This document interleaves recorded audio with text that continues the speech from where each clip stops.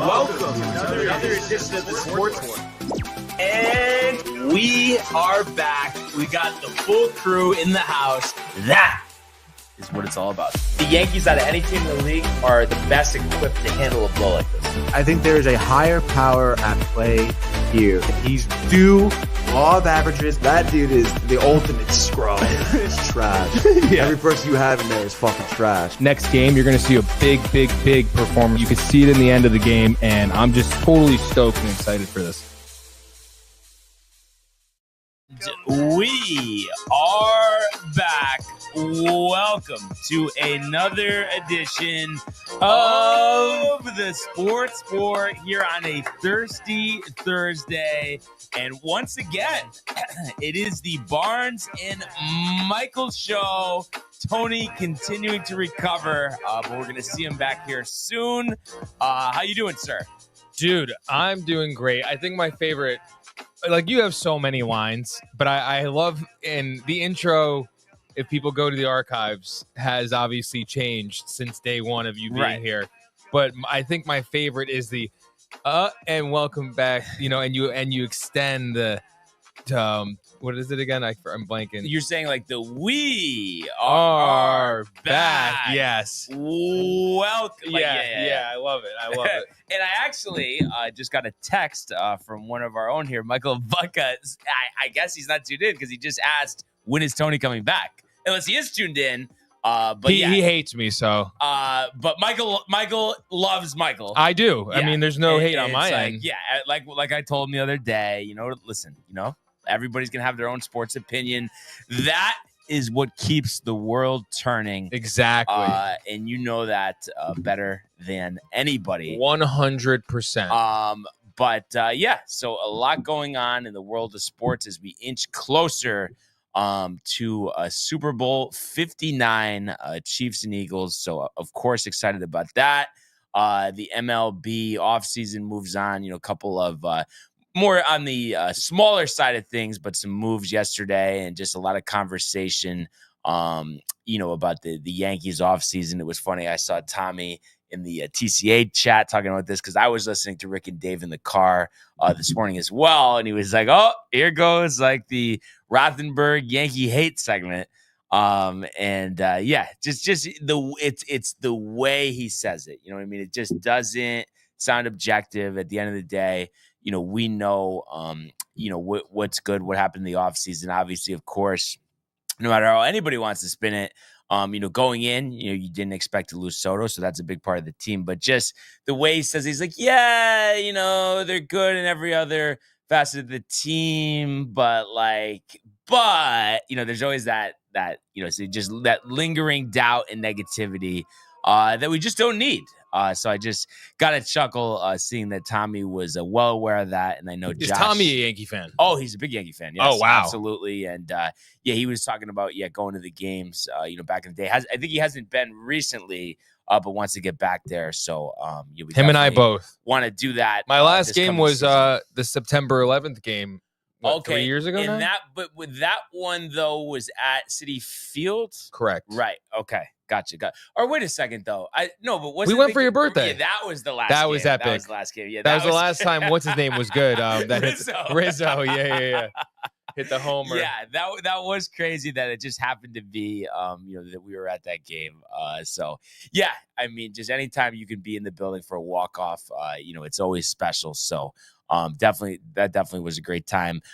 We do see there is a couple comments to get started here if you want to go there. Yes, we do have some comments. We have Josh B saying, yo, fam, let's have a day. Josh B. And then Tommy Donovan saying, Dave hate to the moon.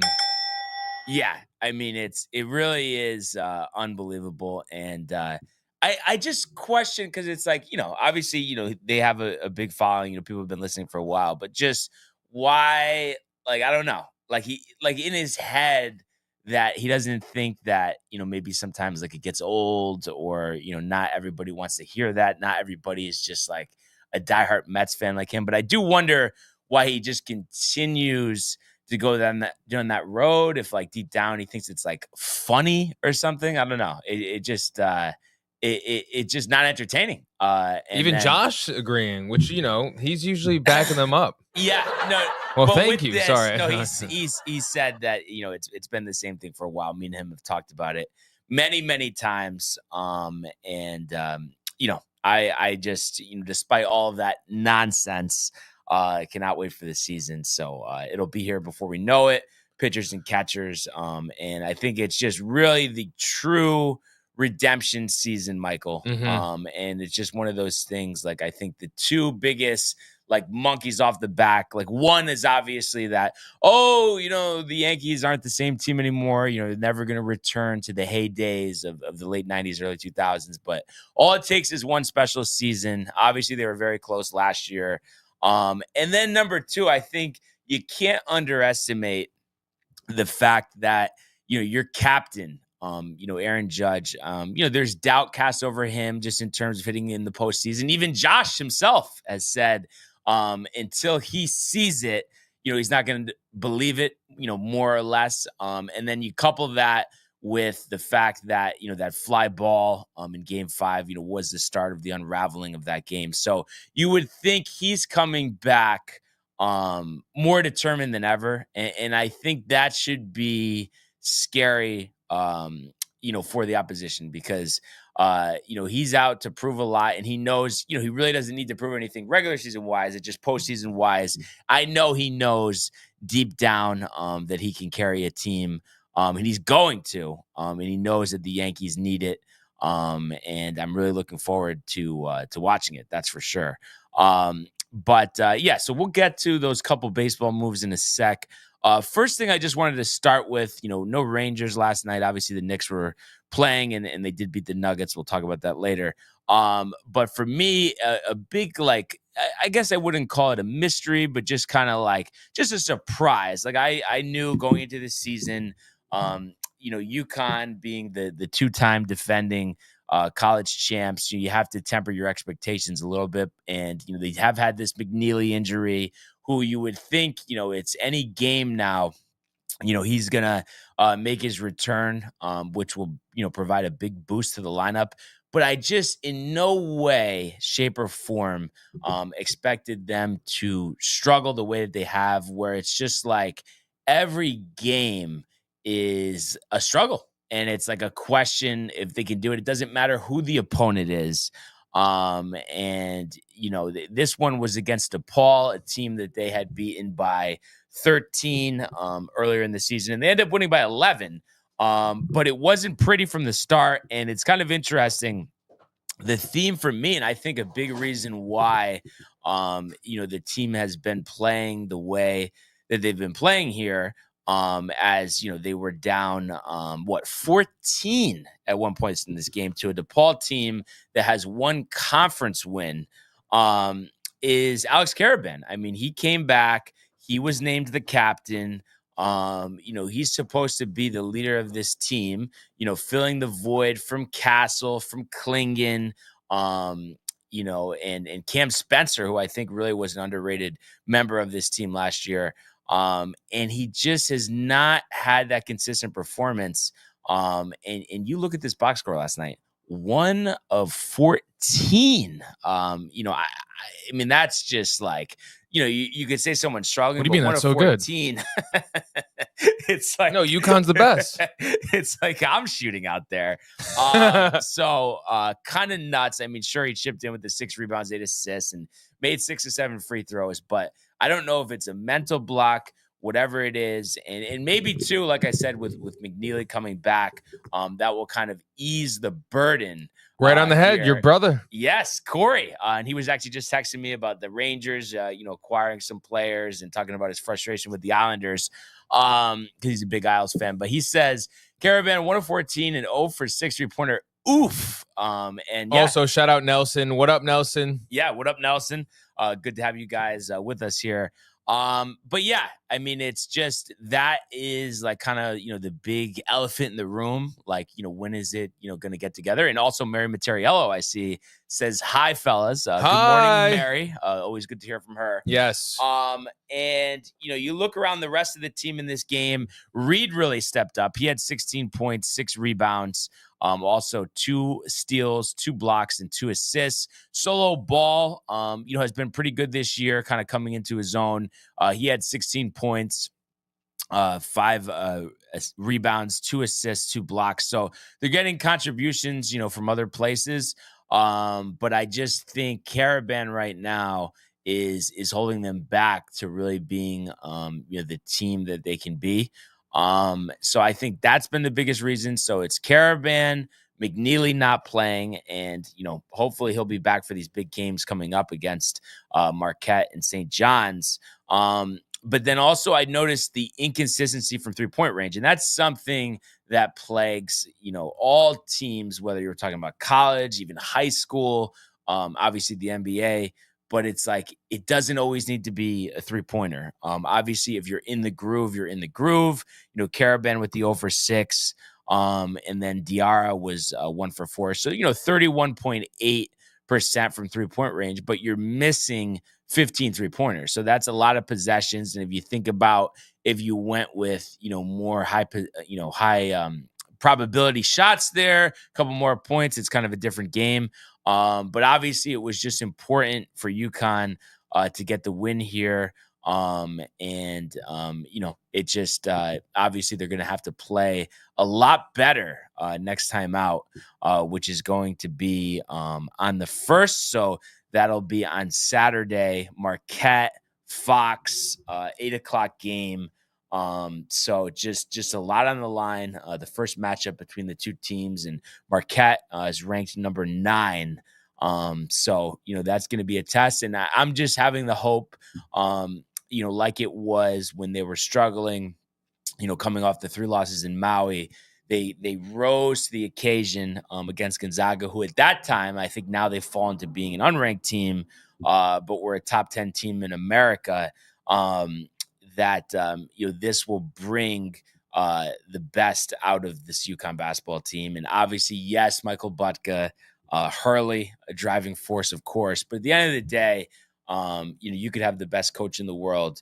The players need to step up. And I know Alex Caravan is capable. And, my prediction here is just that, once McNeely comes back, and especially if McNeely comes back, in a big way, right away, I think we will see a different version of Caravan. And we've seen it so many times, and it too, Michael, yourself, just with the NBA, when guys are used to being, a big part of the supporting cast, it's just a completely different mindset once it's their responsibility to take over the team, and not even from everything that they do on the court, but also just from a leadership perspective. And some guys can handle it, some guys can't. I mean, I think we've seen that for years and years. 100%. Definitely. Oh, my mother. Speaking of mothers, hello. Wow. Good morning.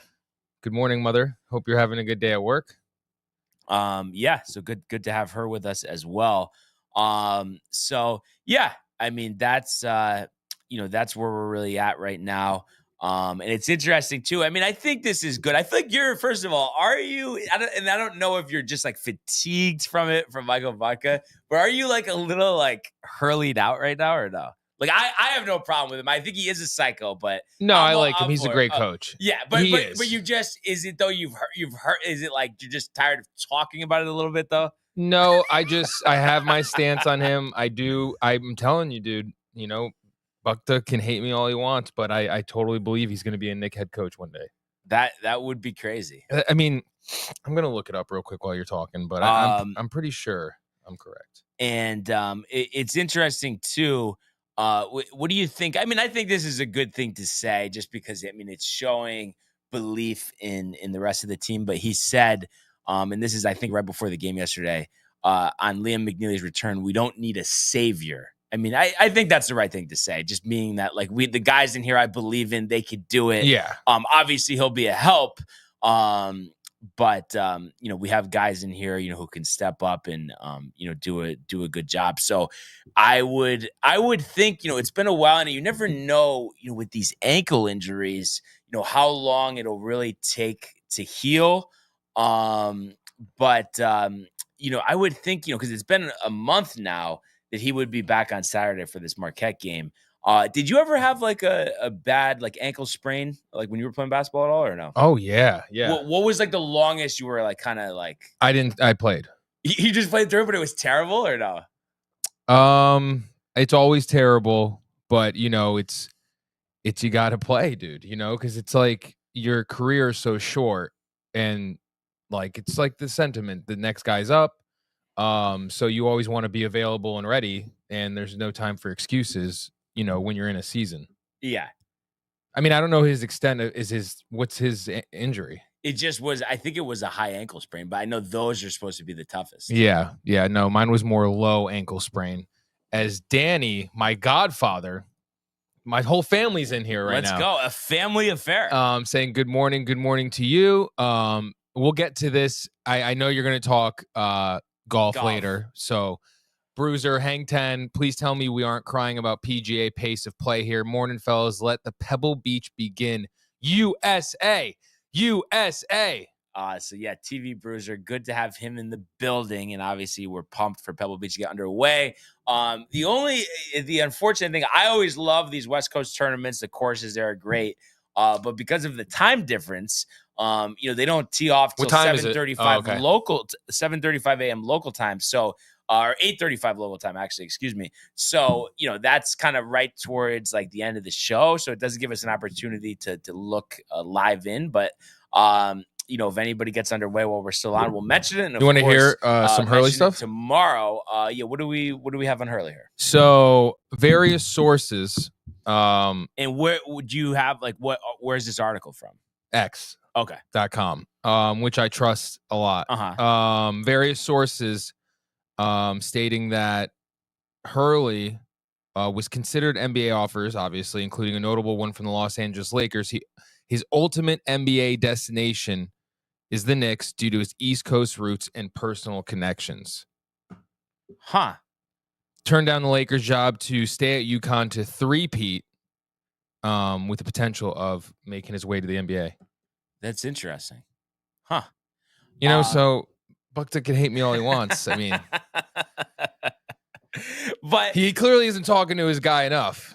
Yeah, I mean, I would think though with that, if I had to guess, I mean, obviously, you never, unless you know the person personally. I mean, how do you really know? I could totally see. Why wouldn't you do that? I think though it would have to be. I mean, the Knicks. If you three-peat, the Knicks stink.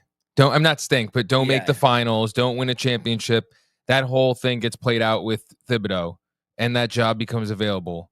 Wouldn't you take the job? You know what's interesting though? I guess it would depend on what the complexion is, because I think, and I know you probably, a couple of years ago wanted Thibodeau to go, but I would think just because of how they're playing now, how they've played the last couple of years, that there's probably a leash there of a couple more years. You know what I mean? Of course. So I think it just depends how the team. How long is his contract? At that point.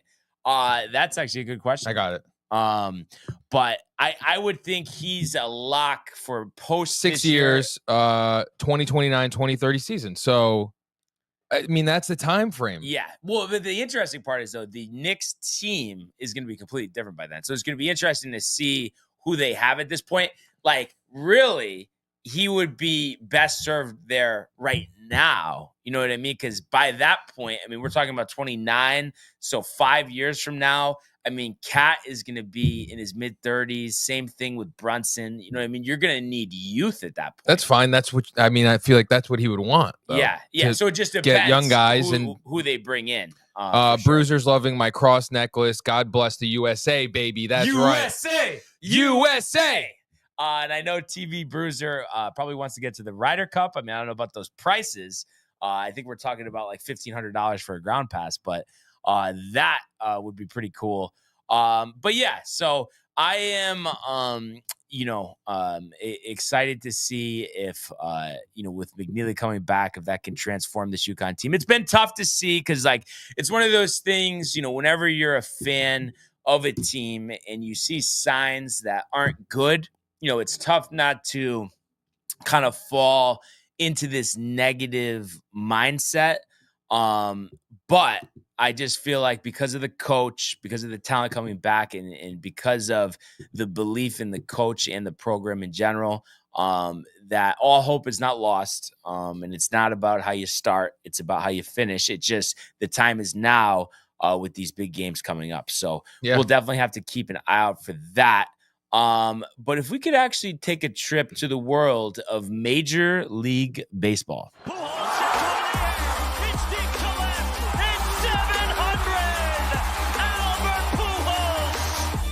What a play! Stop it! Yep. And Alonso cracks one. The Mets win the ball game. Out of sight. And it works at 100 miles an hour. 14 strikeouts. Drove deep to left field. There it goes. See ya. All right. So still no news on the two biggest free agents left. Of course, Alex Bregman and Pete Alonso. Kind of seems like there's momentum, for both parties to return to their respective organizations. And Zach was talking about yesterday how those negotiations with Alonso have resumed. But I don't know. I mean, I know a lot of this stuff is strategy and leverage and, there's just a lot that goes into it. But to me, it does seem like there's a lot of animosity there. So I do question if at some point somebody's just going to say the hell with one another and decide to go in a different direction. But we'll have to see. And I know the Astros did make that trade to clear some salary with Ryan Presley, their former closer, before they signed Josh Hader. So that did open up the books. And I know they still have a long-term contract to offer to Bregman. It doesn't seem like, his market is exactly robust. A lot of people suggest like, oh, well, the Yankees could use him because you would put Jazz at second, him at third. But besides the fact that fans, are starkly against that, obviously him being at the forefront of that cheating scandal, he does seem like a player in decline, especially offensively. I think metric wise, he rates out as a pretty good defender, but there is that thing. And I know a lot of other fellow Yankee fans feel the same way, where it's just like, we don't want him a lot because of that scandal, but then also the fact that he's on the wrong side of 30. And he's not showing that he's still a premier hitter. So why would we throw $100+ million at him? And I'm all for, and I've mentioned this many times this offseason, just leaning on the farm, which kind of segues to my next point here, which is the Rays announced that they have signed a former San Diego Padre, Ha-Sung Kim, on a 2-year, $29 million contract that includes an opt-out after the first season. He had off-season shoulder surgery, but will likely return in May. And he is very versatile. They're expecting him to play shortstop, but he's also played second and third. And he did win a Gold Glove playing in a utility role. And this is interesting because the Rays, obviously known as an organization. I mean, geez, we got Yankee fans, myself included, complaining about how, but has just been known not to spend any money. How about this? The $13 million that they'll pay Kim this year is the most Tampa has guaranteed in free agency for a position player since signing outfielder Greg Vaughn for 4 years and $34 million in 1999, which was their second year of existence. So it really speaks to the problem that they just don't spend money and they just rely on the farm system, which is good. But I think obviously want the mix of both, of course. So I just saw a lot of stuff on Twitter, just about, oh, this could have been perfect for the Yankees. Hal doesn't care, this and that. But, when I look at this guy, his numbers are, he's 29 going on 30. Last year, he hit 233, 11 homers, 47 RBIs. I know that, he does play good defense, and he did steal 38 bases 2 years ago. But my whole thing is we have guys in our farm system that can fill this role. And I've mentioned it many times, about Peraza and Cabrera. So rather than give somebody who's about to turn 30, and I know this isn't like a long-term deal or anything, I just like the fact of actually giving our guys a shot. So that's why I don't think this is like, the disaster, that a lot of people make it out to be. So that was just kind of my thought, on that move. You also had a former Yankee reliever who was actually, coming off his third stint with the team, and that would be Tommy Kahnle, signing a 1-year, $7.75 million deal to join former Yankee second baseman Gleyber Torres in Detroit. And Kahnle did have some success with the Yankees last year. A 2.11 ERA he posted, pitching in 50 regular season games, but did struggle at times, down the stretch and in the postseason. And at one point in the postseason, and me and Tommy Donovan, that is, had a good chuckle about how it just got to be too much with the changeup. Obviously, he's a believer in his pitch, it's his best pitch. But at one point in the postseason, he threw 61 consecutive changeups, which is not what you want to do as a pitcher, kind of tipping your hat, as the opponent, knows what you're going to do. So I think, it was time, and I'm all for having guys who throw, higher velocity, and we even have internal options for that. One guy that I'm particularly excited about is Clayton Beeter, who did come over in the Joey Gallo trade a few years ago, has some higher velocity, was a starter in the minors, struggled last year. But I think, Matt Blake is going to work his magic there, and I could see him being a high leverage reliever. So, while Kahnle, was popular in the locker room, I think it was definitely best to let him go. And I've liked what we've done with the bullpen so far. Of course, the new closer, Devin Williams, that's going to be nice, especially allowing Luke Weaver to be a multi-inning setup guy after, pitching so many innings for us down the stretch, in his transition from starting the year where, he was a fifth, sixth inning guy to also, being a multi-inning closer. So that really lengthens the bullpen. We talked about Loaizaga coming back. And then I love that trade for Cruz from the Reds, the highest strikeout rate in the majors last year. ERA was high, but again, Matt Blake should help with that. So I do like what we've done with our bullpen. And speaking of bullpens. Speaking of Tommy, are you there, buddy? Tommy Donovan. Is it say he's still on? He is still on. He's a professional. I guess I'm not connected to the road, which is, there we go. Tommy, you're live, buddy. Hey, what's going on, fellas? What's up, Tommy? Right. How we doing, bud? Pretty good. Have you recovered from the Dave Yankee hate segment? Dude, it came on strong. That was like a hurricane coming out of nowhere. It's not even hate. It's like bitterness. Yes, I think. Yes.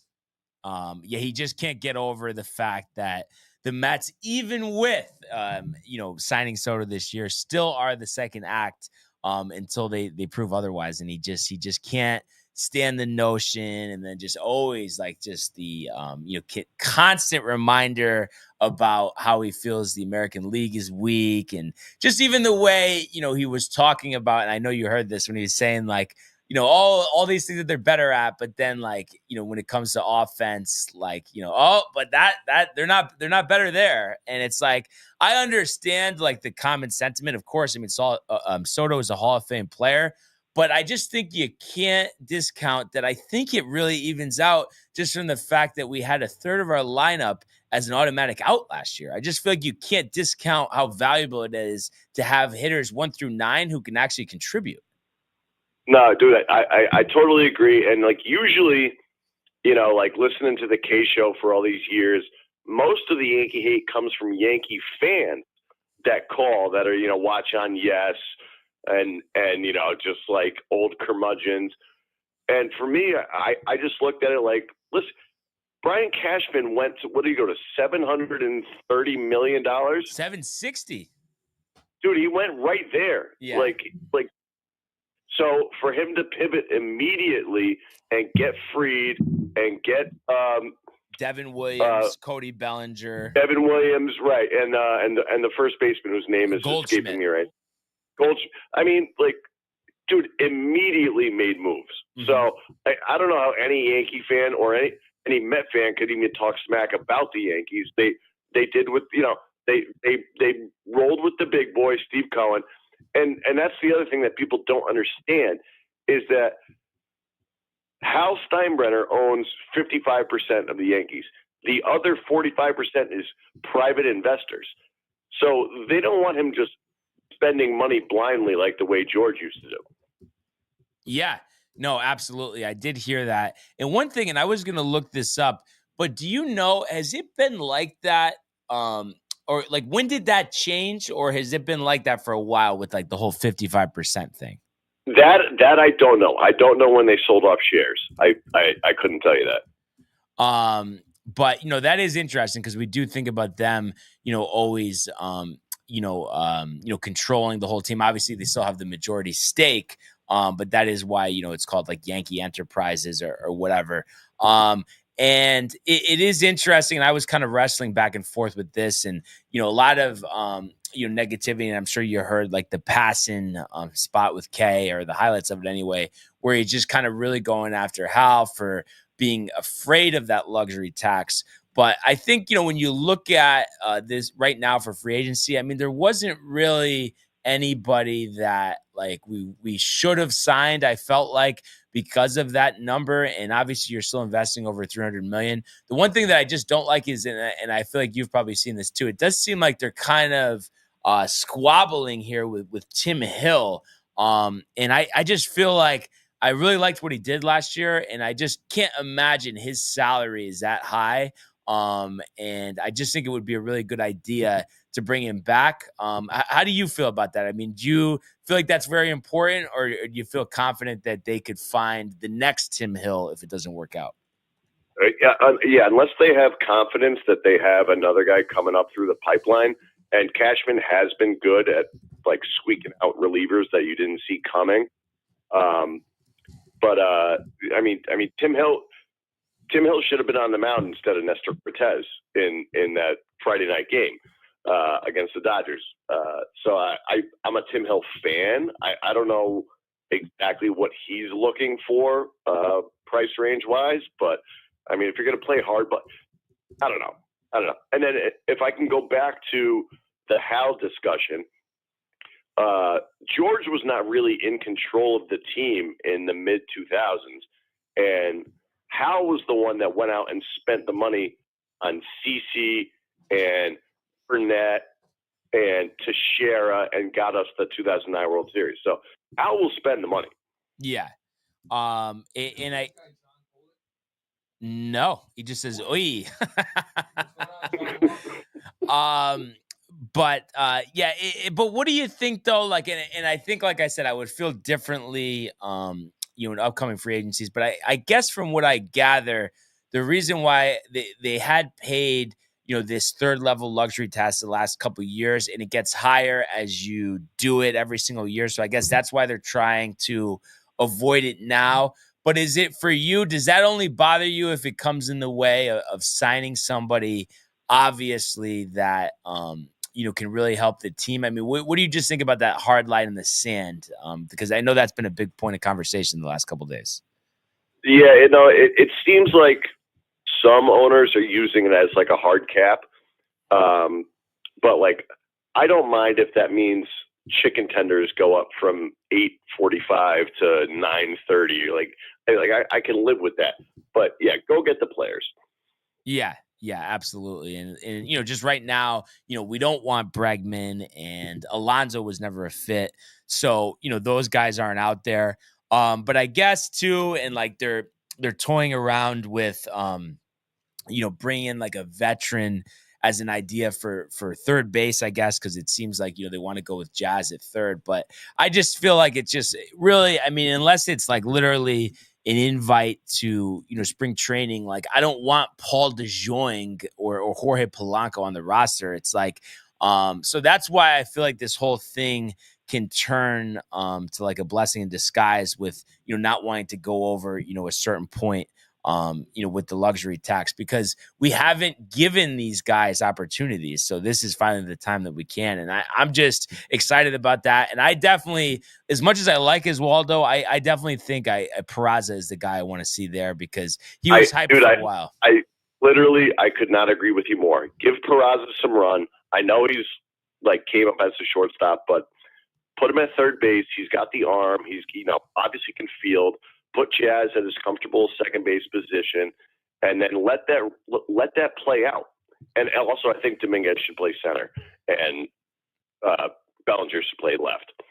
Yeah, no, I like that too. But supposedly they want to do it the other way around. And obviously, I mean, we're all a little nervous after, Dominguez in left was slightly a train wreck at times last year. But you would think, with a full spring training, and the fact that he's healthy after, having to recover from injury last year, that, that would be helpful. But I think it's one of those things where that's not set in stone. They'll pivot if they have to. And it is interesting too. And I don't know if you saw this yourself, but when they were interviewing Boone, I guess it was 2 days ago, they were saying, Michael, what was that? Phone bar? Oh, okay. They were saying that he's thinking about Dominguez at leadoff, which is interesting. But I just think, don't you think it's just, I mean, I guess he could tear it up in spring training, but don't you think it's better to kind of ease into that rather than just start him there right away? No, I completely agree. I would bet Jazz lead off and then let Dominguez hit in the five spot, probably somewhere around there, middle up. Yeah, because I just feel like, we want the pressure to be off him, but I'm fully expecting him to just have a strong season and really have it be a seamless transition, especially because I feel like he's had the last couple of years where he's missed some time with injury to really prepare for this moment. It's not like he's being thrown in the fire. He's been in the organization since he was 15, 16 years old. So he's waited his time, and I think he really is ready for this moment. So I think too, he's our most important player, next season. He's like the kind of almost makes or break the season how well he does next year. Yeah, I completely agree. I think he's like the linchpin that if that, flower blossoms, then I think it could be a good year. Yeah. And one thing too is I don't know about you. I guess it's just because of the age and just overall numbers last year. I kind of am not really expecting anything from Goldschmidt. So if he's actually pretty good, that's going to be a massive boost to the lineup. I think he can play the field well. I guess the metrics show he's still one of the top first basemen, but if he could, give us even just 25 home runs and hit 265, I mean, I think that'll be a big boost. Yeah, dude. I mean, listen, I love Anthony Rizzo. He was a great player, but he just did not have it last year. And then we're putting in Ben Rice, who's a catcher, and then we just throw him in base. And listen, Ben Rice, a great story. Love it. Love to see the kid get some run, but it was just that's not New York Yankees first baseman. That's not Tino. That's not Donnie. Yeah, absolutely. We've always been really strong at first base, so hopefully, he can be a good bridge first baseman for us this year. You'd anticipate it to be, just a one and done situation, but a guy who's won MVP before and just has a wealth of experience. I think he can definitely provide a boost if he's healthy. So we'll have to see about that, and I just can't wait, for spring training to get underway. And then one other thing I just wanted to ask you before you go is anything else you're hearing about the Rangers and the trade market? Does it seem like anything's picking up steam there, or do you think we're still going to have to wait a little bit there? So I've been paying attention to the JT Miller, Elias Pettersson, whatever debacle that they're having in the dressing room. There hasn't been a ton of rumors. I listen to a bunch of podcasts, follow a bunch of Twitter accounts. I don't know that they're one player away. So I'm not really sure exactly the move that Drury's going to make. But I want to see how these last 5 games before the Four Nations break go, and then see what they do in that time frame. Yeah, no, I completely agree with that. And just, I Colorado, I guess, sure, the defense wasn't good, but I really was surprised just how poor it looked, on Tuesday against the Hurricanes. I just was not expecting that, but I guess it's just one of those things. I mean, it is a long season, and they had been on such a hot run. Where those type of games are going to happen, but like moving forward, I'm expecting them to revert back to the way they had been playing the last couple of weeks. Yeah, no, I exactly. I hope they come back to the mean. Frederick Anderson did play a great game. I mean, there was tons of scoring chances for the Rangers against, and they just didn't convert. So, it was actually the complete opposite of the Avalanche game, where they gave up the goal in like the first minute and 22 seconds. They did that against the Canes. They gave up a goal in 55 seconds, and then it just got off the rails.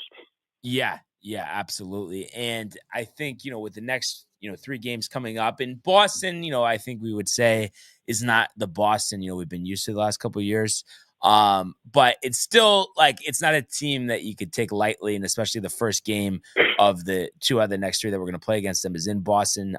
You got to be up for that game. And then the Knights, we already beat them the last time we played in Las Vegas. So, some interesting games coming up before, that Pittsburgh game next Friday. So I think this is a big stretch here, and just because of the way that they played earlier in the season, there just isn't that margin for error. But I'm optimistic, and it just starts on Saturday. And as long as we can play a good game there, get the W, then I think we'll be back on track. But I guess let's see what happens, right? Let's get it done, brother. Always good to talk to you. Have a great show. Yeah, you too, Tommy. Thanks a lot. Thanks, Tommy. And that was Tommy Donovan. Always what a nice guy. Have him in the mix here, and just so versatile, which he is really great. is. And especially with the hockey, because there's not a lot of people that are hockey specialists, hockey knowledgeable. So it's great. It feels like with the TCA, anytime anybody has a hockey question, you instantly go to Tommy, and he knows the answer. Yeah, I feel like a lot of hockey guys regurgitate what they hear. Ernesto in here saying, Bregman, baby. No, Ernie. Come on, bud. John, if you're new here, welcome. Definitely welcome, keep chiming in. We talk all things sports on this show. We got many other shows at Downtime. He says, as a Wings fan, I just want to make the playoffs again. Hey, I mean, you guys did look pretty good last time out against the Kings. Man, do I remember the days, man, when they were Dominic nice. Hasek. Dude, they were good. Brett Hull. Yep. And then who was Stevie Yzerman? Stevie Yzerman, who I believe is in their front office. You know what I wanted to talk to you about last time? It's NBA related, so I'm sorry. But dude, did you see that Doug Christie's the Sacramento Kings head coach, and they're like 10-2 since he started? No, I didn't. I know that Mike Brown had gotten fired, and there was a whole questionable ethics thing in terms. But Dougie Christie, man, that original Kings team that got robbed. Yes, Mike Bibby. Oh, dude. And then he says, Brian, are we ever going to agree on a signing, LMAO? I guess, Ernie, what I would say is you just have to listen to him, and then he'll agree. No, but I'm saying, I guess what I would just ask you is what that we. Oh, Lidstrom, yeah. There we go, Tommy. But back to Ernie there. What makes you want Bregman? I mean, just looking at the statistics the last couple of years, I know he's solid at third, and I would say I could put the whole thing with him aside if it was 1-year deal, which it's not going to be. But being that there's just such a decline in the offensive production, what makes you want to give him a 5 or 6 year deal? I'm just curious why you want to go that route. And I would think anyway, being the Yankee fan that you are too, you've seen us not want to play, these prospects, and we have a chance to give Oswald Peraza a full run here, constant playing time, which is how you tell how good someone is. I would just, for me, that just seems so much more exciting rather than getting stuck potentially in another contract with someone over 30. So that's just my thought there. And, a couple other baseball things I wanted to mention, before we move on. Carlos Estevez, who started last year with the Angels, the veteran reliever, pitched very well and then was traded to Philadelphia. and helped them on their playoff run, signs a 2-year, $22.2 million contract with a club option, to bolster their bullpen. And I think this is a great signing. I mean, Estevez, who had been up and down in his major league career, really improved last season. If you look at the full body of work here, 2.45 ERA, in a WHIP under 1. And he's 32 years old. You look at the numbers, 2.38 ERA with the Angels, and then upon the trade to Philadelphia, 2.57 earned run average. So pitched pretty well. So I think that's a good signing for Kansas City, who's, plays in a mid market there, to get somebody on a fairly, reasonable deal. So he was kind of one of the last top relievers available on the market. And I did see Ernie has one more here, Michael. He does. Personally not sold on Peraza, but we need a 3B, a third baseman with a solid glove. And I understand the decline, but the stadium plays well for his style. Yeah, I think the biggest thing for me is just the decline and the fact that you're talking about 5 or 6 years of a guy post 30. That's what just gets me nervous, because we've been stuck with these guys, and I know he's excuse me, Michael. Whoa, that came out of nowhere. I mean, I think he just put a curse on you to agree with him. No. But obviously, case in point, DJ LeMahieu, is a guy that we can't wait to get rid of, and hopefully we release before the season. But that's why I'm a little more, I guess I would say, careful with signing these guys that are over 30 to big, free agency deals. The Mets do bring back Ryan Stanek, 1-year deal. He actually had a 6.06 ERA for the Mets in the regular season, but actually did have some success in the postseason. So they bring him back on a 1-year deal. Really, I guess that was really it yesterday. Just Reds bringing back Wade Miley to a minor league deal. He's now 38 years old and is recovering from elbow surgery. So just a depth move there. And it looks like we have one more comment here. Tigers versus Yankees. Tigers versus Yankees. Interesting. Context. I'm actually not sure. I mean, maybe he's saying, going to the game. Could be going to the game. Could be a comparison between the two teams. And listen, in the Tigers, playoffs, he said. In playoff, that would be interesting. And obviously there's just a connection there now with Glaber and Tommy Kahnle going there. And the Tigers are definitely a team on the rise. You hope for their their fan base that they could keep Skubal, but I guess they haven't even talked about a contract extension. So that would lead you to believe that he gets dealt at some point. But, I guess we'll have to see. And they had been mentioned for Bregman, but I guess he doesn't want to go there. And then he says, we will take care of Houston for you. And, they obviously did a good job of that last year, sweeping them in the wild card round. But and then also actually the one other thing was Taylor Rogers, the former Giant reliever, traded to the Cincinnati Reds. So, he actually pitched pretty well last year, 2.40. And who knows, maybe we'll get a look at the closer role. Alexis Diaz, who was lights out 2 years ago, brother of Edwin, struggled a bit last year. Numbers ended up with a 3.99 ERA, but for a lot of the season was in the 4s and 5s. So just gives them a depth piece there. But like I said, I can't wait for the season. And we'll definitely talk more and more about baseball as we get closer. How pumped are you? And I couldn't be more pumped. It's like Christmas. It's funny. Like when the playoffs started last year, I sent a text to Matt right in the morning, like Merry Christmas, bud. So it's funny. The same thing with spring training. Just that you have something on every night. And it's just you can't explain it. When you have your first love for sports, there's just nothing else compares. And you love all the other sports, but there's just something about your sport, your team. And I guess one more from Ernie here. He says, what other third baseman would you want? And like I said, I heard Mike Theophil's pretty good. I want it to be filled internally. I don't want Paul DeJong or Jorge Polanco. I just think we don't give these guys enough chance. And I understand Peraza in his playing time hasn't looked great, but he hasn't had that unquestioned playing time.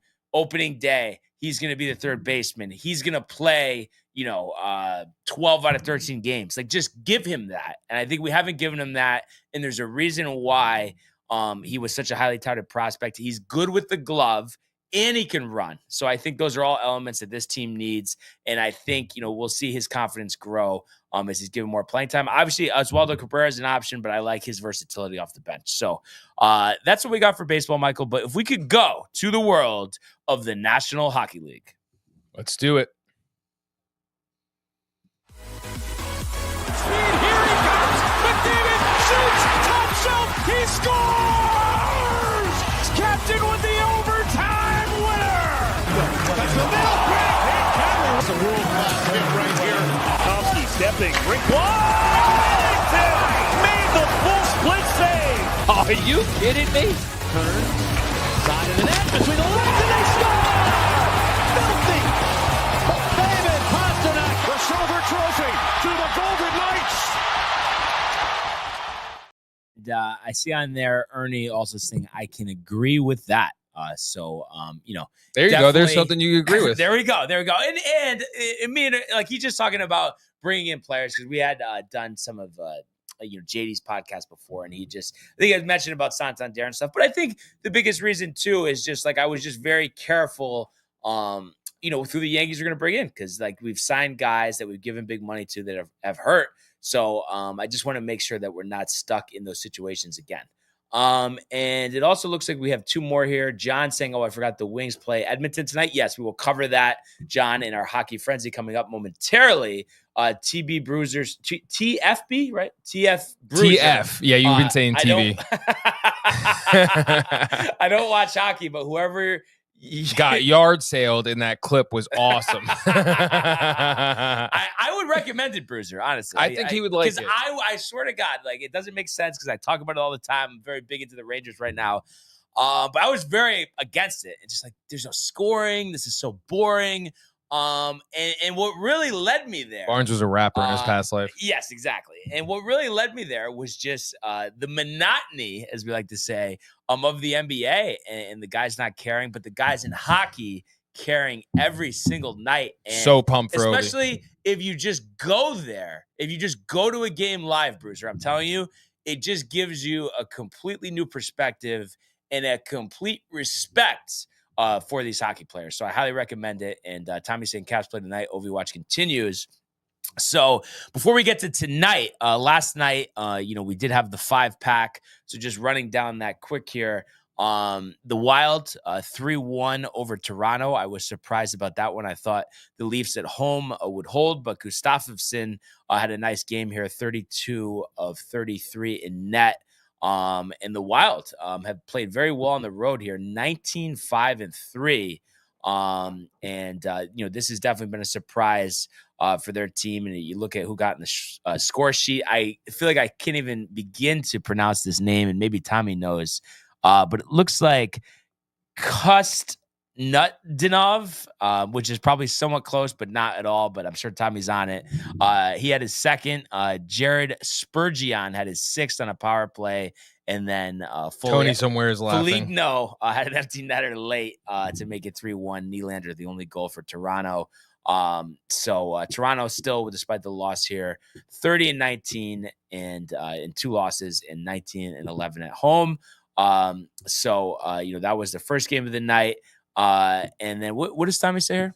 Tommy says Caps plays tonight. OV watch continues.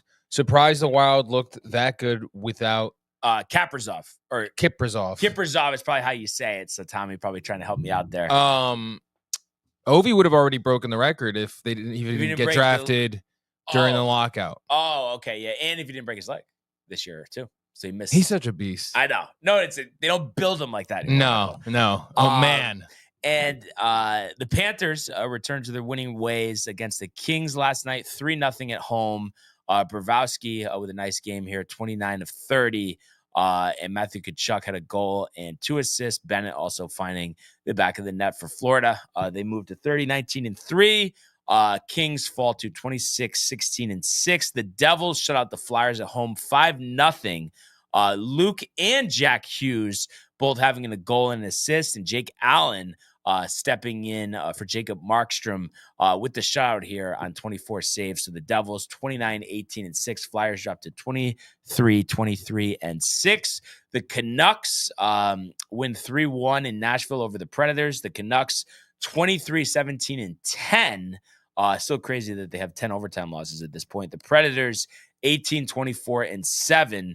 And Quinn Hughes, continuing the theme of the Hughes brothers, no goals, but did have 2 assists for Vancouver.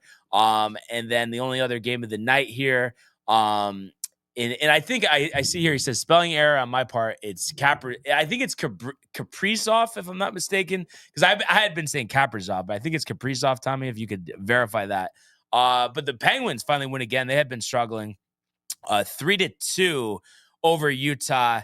Sidney Crosby with a goal and an assist. Erik Karlsson, a rare goal for the Penguins, 21-24-8. Utah 21-21-8.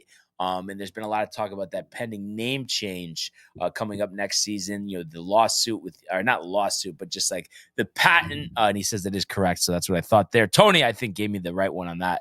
But they denied the patent, whatever organization or whatever you want to call it, committee, denied them the right to do the Yeti name. So I guess there's a couple. One of them I forget, but it would be either keeping the Utah Hockey Club or the Mammoth is another nickname. And I don't know. It just, I think because we're kind of used to the Utah Hockey Club, almost seems like we should keep that. I mean, I think Yeti was interesting, but being that that's no longer a possibility, Mammoth just doesn't sound right. The other name, I don't even know what it was, but it just definitely didn't seem like it had flow.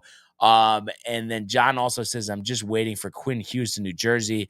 That would be crazy if we had the 3 Hughes brothers playing for the Devils. That's for sure.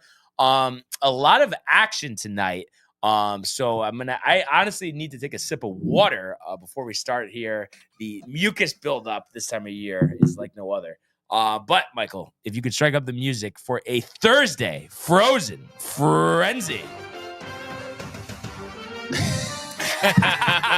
That's almost a bite right there in itself. But we're going to start in Boston. The Bruins hosting the Jets here.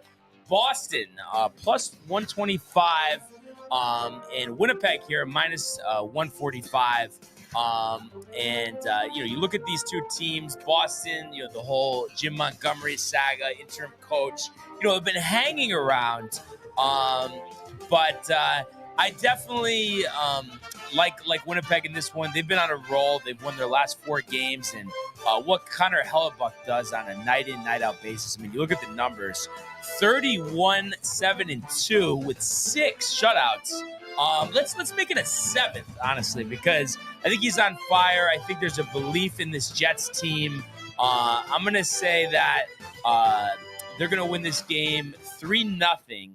Kyle Connor with 2 goals and an assist. So give me the Jets in the under for our first game of the night. Moving along here to the Bell Center, Montreal, Quebec, the Canadiens hosting the Wild here. Wild, of course, on that back-to-back after the win last night.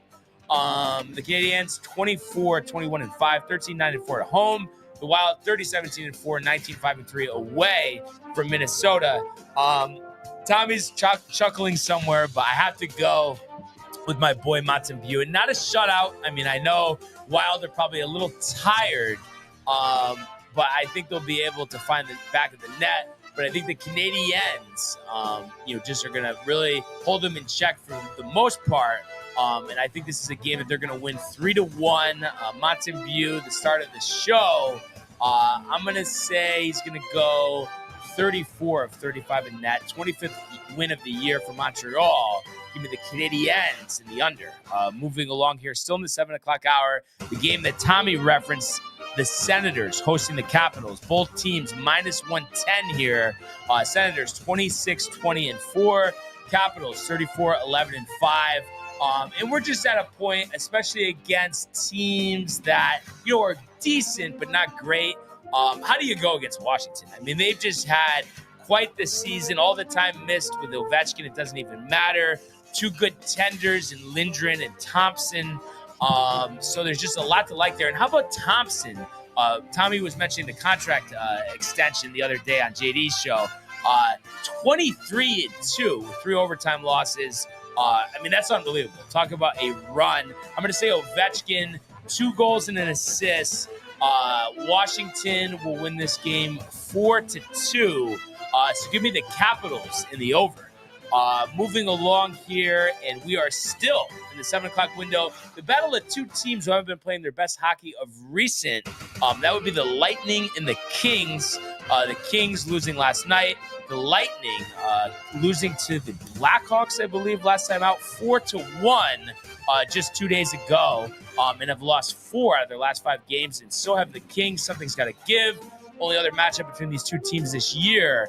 Kings won a tight one, 2-1. Total at 5.5. Kings have been great at home, struggle on the road. I think, especially on a back-to-back here. I think it's just going to continue to be a struggle here for the Kings. So give me the Lightning. I'm going to say Vasilevsky, a little turn back the clock. He's been up and down this year at 20-15-2. But I think he goes with the shutout here. And I think Tampa's going to win 4-0. Give me 2 goals for Kucherov and a goal and an assist for Jake Gensel. So we're going to go Lightning and the under. Moving along here, still in the 7 o'clock window. The last game of that window, the Hurricanes hosting the Blackhawks. Obviously, last time out, the Hurricanes shutting out the Rangers 4-0. And you're playing a Blackhawks team. And yes, they did beat the Lightning last time out. But I think the Hurricanes will be way too much here. Wouldn't be surprised if newly acquired Mikko Rantanen found the back of the net here. So that may be an anytime goal scorer. Carolina heavy favorites at -450. I think they put up 6 on Chicago and win this game 6-2. So give me the Hurricanes and the over. So moving along here, 7:30. All of a sudden, watch out. The Islanders have been on a run here. Now 22-20-7. They're in Philadelphia against the Flyers, who are 23-23-6. Right now, the Islanders are road favorites, -125. The Flyers +105. And the 2 matchups between the teams this year have been split. The Flyers winning in New York 5-3, and the Islanders winning at home 3-1 the next time out. So the next 2 games here in Philadelphia. Islanders 5 in a row. Flyers have lost 2 of their last 3 games, and I guess go with the hot hand here. Anders Lee seems to be scoring every night. So I'm going to say he's going to find the back of the net. Give me 2 goals for Horvat. And I think this run continues. Wah has the boys fired up. I'm going to say 5-2 to me, the Islanders and the over. Moving along here, and we go to 9 o'clock. We're going to Canada, Calgary, Alberta, Canada, to be specific. The Ducks at the Flames. This is a value play here. And we always joke about Huber D. But I'm going to go with the Ducks, with Terry, with Vetrano. Montembeau? And I'm going to say the Ducks, maybe nothing from Jacob Truga. Truga. Jeez. Truba. But I'm going to say the Ducks win this one. Gibson, we'll say 24-26 in net. And I'm going to say the Ducks are going to win this game. Let's say 3-2. So give me the Ducks and the under. Next game up, also in the 9 o'clock window, and John had mentioned this game before. The Red Wings at the Oilers. Hate to be the bearer of bad news here. Edmonton 32-15-3, 18-8-1 at home. Red Wings 24-21-5, 9-10-3 away from Detroit. But I think it's just going to be too much to handle, despite Detroit playing some of their best hockey of the season. I'm going to say a hat trick of assists for McDavid with 3, Leon Draisaitl with 2 goals. I'm going to say it's the Oilers all over the Red Wings. Let's go 5-2. So the Oilers in the over in that one. 2 games left. We go to Vegas for the 10 o'clock hour. The Knights, -260 here, hosting the Blue Jackets. I almost said Black Jackets. I'm losing my mind today, Michael. I mean, it's a lot. It is a lot. And Tony's not here. You talk more. Yeah, usually he does these introductions, so he's more used to it. But anyway, the Knights, 19-6-2 at home, 31-15-5. Blue Jackets have had a surprisingly good season versus Lincolns, all of that. Wrzynski has had a good year as well. The defenseman with 16 goals, 38 assists, good for 54 points. Blue Jackets do struggle away from Columbus, so give me the Knights here. I'm going to say 4-1, so we'll go Knights and the under. Last game of the night, the Kraken hosting the Sharks in the Toilet Bowl. Obviously, Celebrini would be the one thing that would draw people to this game. So I'm going to say the Sharks, who finally won. I think they had lost like 6 or 7 in a row going to that game against Pittsburgh last time out. I think they win again. The Kraken have lost 3 out of 4 games. I'm going to say they win 4-2. So give me the Sharks in the over. Celebrini with the hat trick. And just like that, that is your Thursday Frozen Frenzy. So obviously Corey saying fuck Philly, let's go Islanders, and John in agreement. And I'm sorry, but about the Red Wings, I just don't think it's happening tonight. Michael knows the greatness of the one Connor McDavid.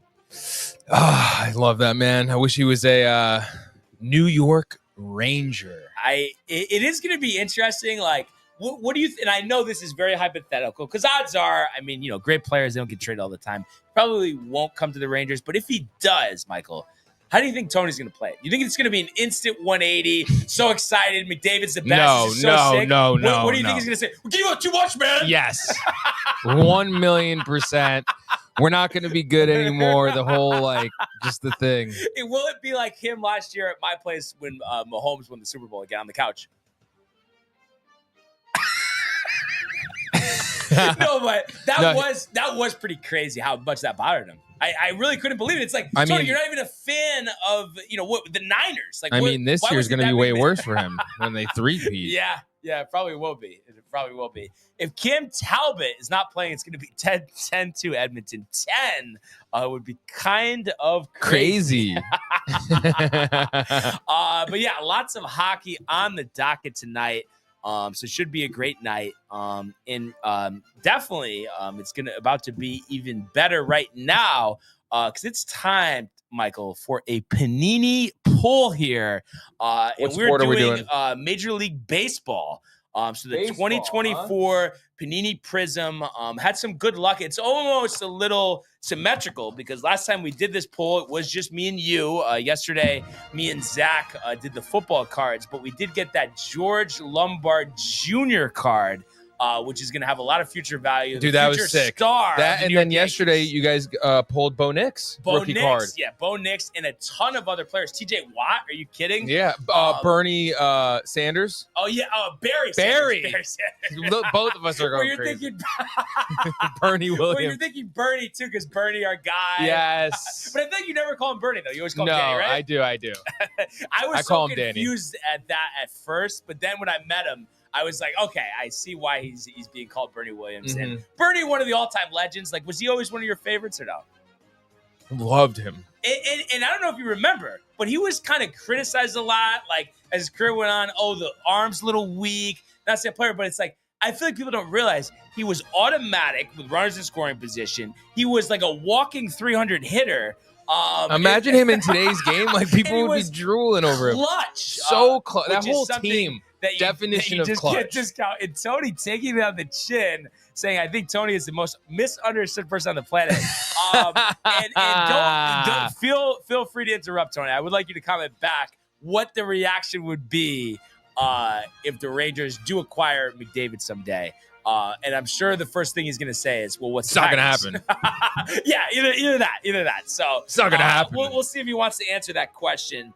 But we're going to do our Panini pool right now. And we start with a legend, not a Yankee legend, but a Boston legend. But nevertheless, a well-known pitcher, Louis Tiant. So this is a pretty good here.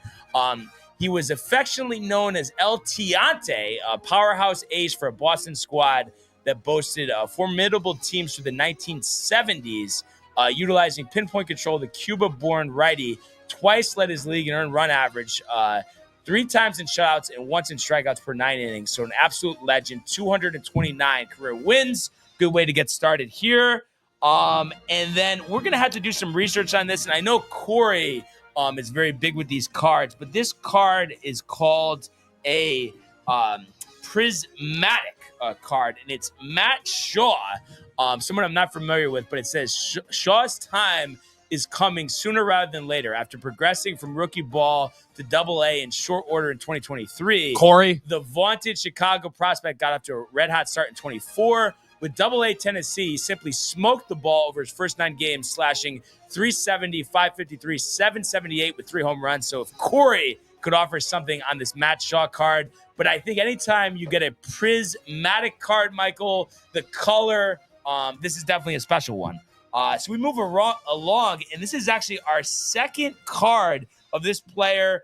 He did make his debut last year for the Los Angeles Dodgers, River Ryan. So 2 River Ryan cards in 3 packs. That's kind of interesting. So we'll see how he does this year. And kind of interesting, the next card is a Soto card, but not the Soto card you're thinking. It's Charlie Soto. So 6'5" with a fastball with triple digits. He opened 2024 at just 18 years old. The right-hander is more than projectable, though. He also gets results assigned to Class A Fort Myers to open the campaign. He fired 4 shutout innings and struck out 7 against Clearwater on April 13th.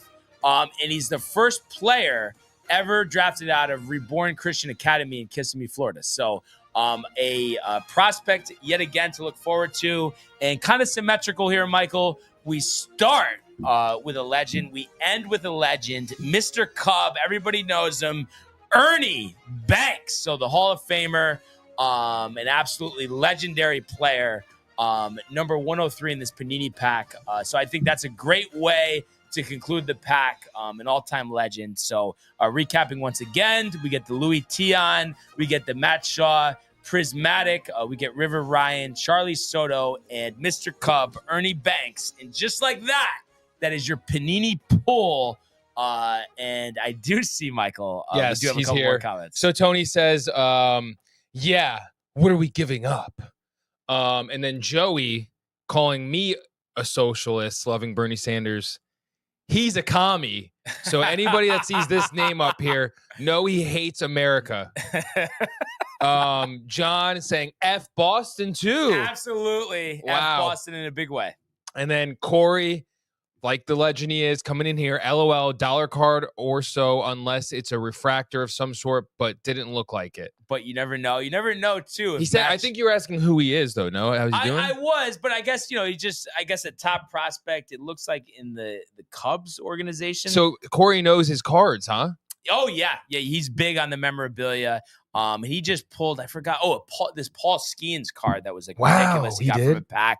Yeah, so he's very big into the memorabilia. So it's kind of like Tommy with the hockey, and Corey is also very versed in the hockey as well. But just with like the cards, the memorabilia, he's the guy that I think of first. And he says Cubs top prospect. So okay, you never know. You never know what you're gonna get there. So I think that was a good pull.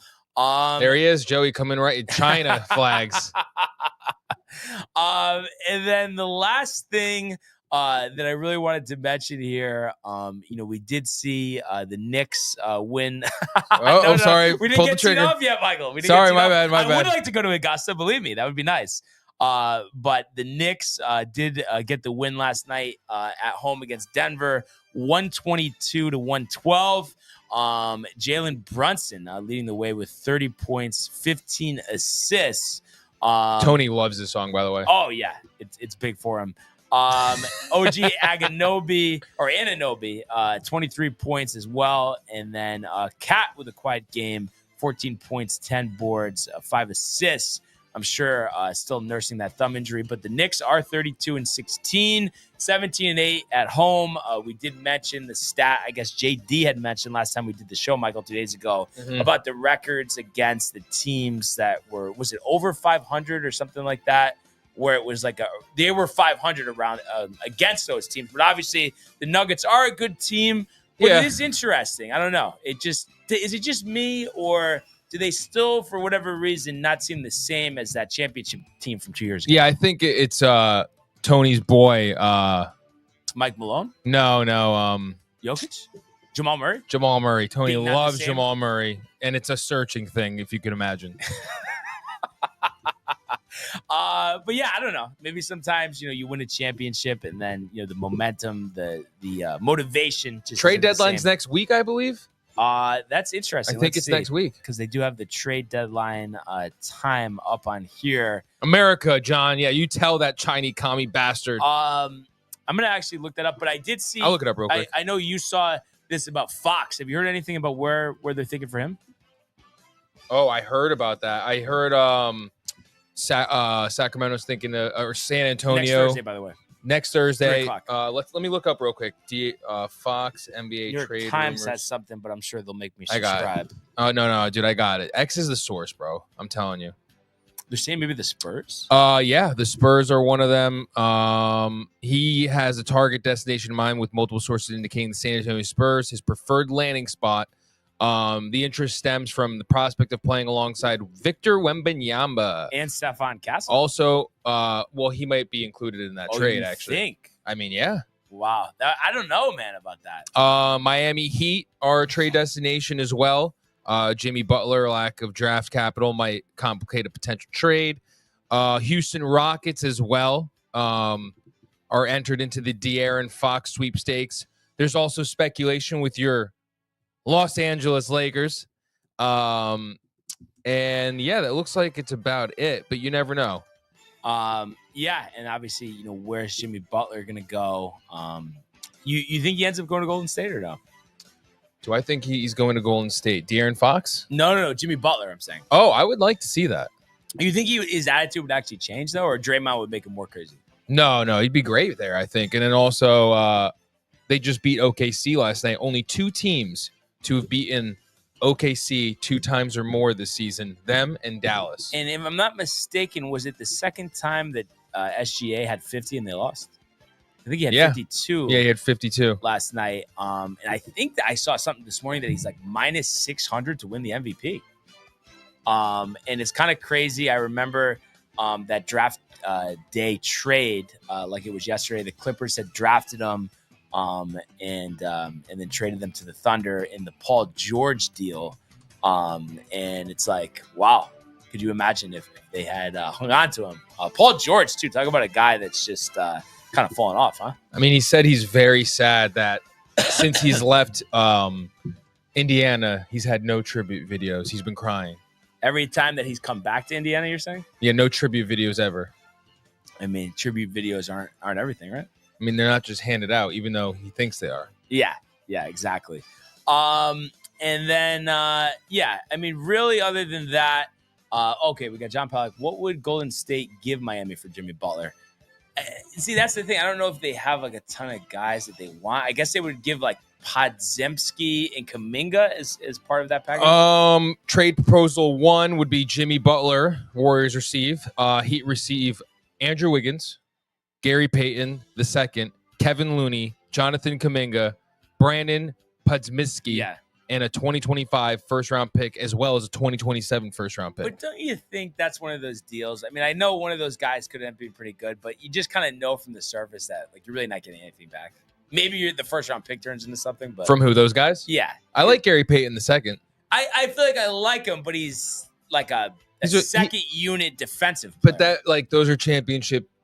True. Like, championship teams need those guys. It would work well. Yeah, right? yeah, definitely. And I was just gonna say, and I don't know if remind me of I can't believe I'm forgetting this. The golf guy. What's his name again?